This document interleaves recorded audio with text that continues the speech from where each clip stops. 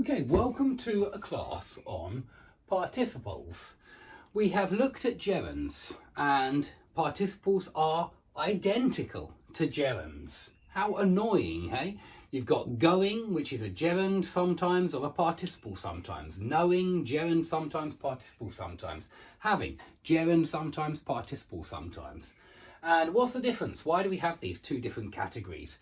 Gerund means noun, it means verb functioning as a thing, a noun, and participle means verb functioning as an adjective. So that's the difference in a nutshell. Participles are adjectives, although arguably they have an adverbial component that we will look at later. But I want you to think of participles as adjectives.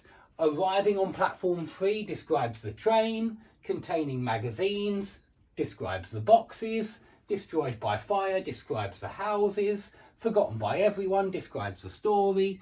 Get the message? Yeah? Participles are adjectives. But the present participle, which always ends in an ing, looks exactly the same as a gerund. And guess what? The passive participle looks exactly the same as a passive gerund, being done, being kissed, being whatever, being made.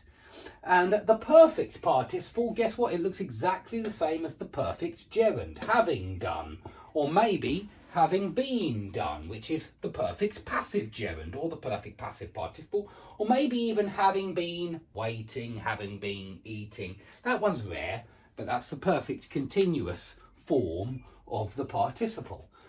So what can we say about these participles? Well, notice firstly, well, the time when you all already know participles, because a bored person and a boring person, these are two participles.